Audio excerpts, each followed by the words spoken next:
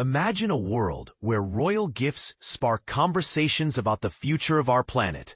That's exactly what happened when Prince Louis and his siblings, Prince George and Princess Charlotte, received matching souvenirs from Brazil. Personalized Fluminense football shirts with their names on them. But here's where it gets interesting. Louis' shirt was spelled Louis, a quirky detail that didn't go unnoticed. And this is the part most people miss. These gifts weren't just about royal memorabilia. They symbolized a deeper connection to a country Prince William was visiting to champion a cause close to his heart, the Earthshot Prize. During his first official visit to Brazil, Prince William, the Prince of Wales, was on a mission to inspire action against climate change. Before his trip, he shared a heartfelt reflection with Hello. As a father, I think constantly about the world my children will inherit. I want them to grow up surrounded by nature, opportunity, and a sense of hope about the future. But I also know that unless we act boldly now, that future is at risk. The Earthshot Prize is about turning the tide, about proving to our children that we are willing to fight for their tomorrow.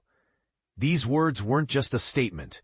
They were a call to action, one that resonated deeply as he stepped onto Brazilian soil. At Rio's iconic Maracanã Stadium, William was presented with the personalized shirts for his children, a gesture that blended royal tradition with local culture. But the highlight? The prince himself received a signed football shirt from Brazilian legend Cafu, complete with his name and the number 2.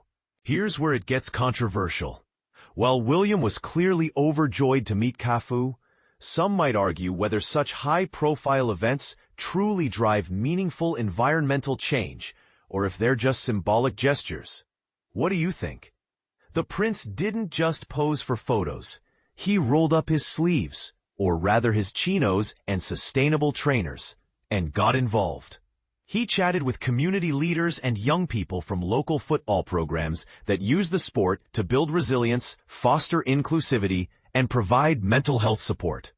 He even showed off his footwork in a penalty shootout with children from Rio's favelas, scoring a goal that had the crowd cheering, "William, William!" But it wasn't just about the fun. It was about using football as a platform to mobilize millions of fans through initiatives like Terra FC, which encourages clubs, fans, and governments to join the fight against climate change.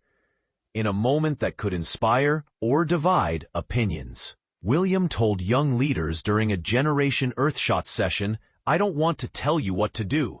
It's not my Earthshot, it's your Earthshot." Bold statement, right? He emphasized that his role wasn't to lecture, but to listen, to harness their courage and passion, to persuade business leaders and hold the older generation accountable. "We need brilliant, courageous young leaders like yourselves," he said. "You're going to be the future." Joined by Cafu, William, a self-proclaimed football fan, not an athlete, expressed his admiration for the player's skill and even asked if he'd heard of his favorite team, Aston Villa. The session brought together future leaders from Brazil, Singapore, and South Africa, alongside younger participants from MiniCOP, a climate conference for 11 to 17-year-olds. William encouraged them to become household names for their inventions, joking that he was just a distraction from all the good things you're doing. So here's the question. Are royal visits like this genuinely effective in driving global change? Or are they more about PR than progress? Let us know your thoughts in the comments. This is one conversation that's just getting started.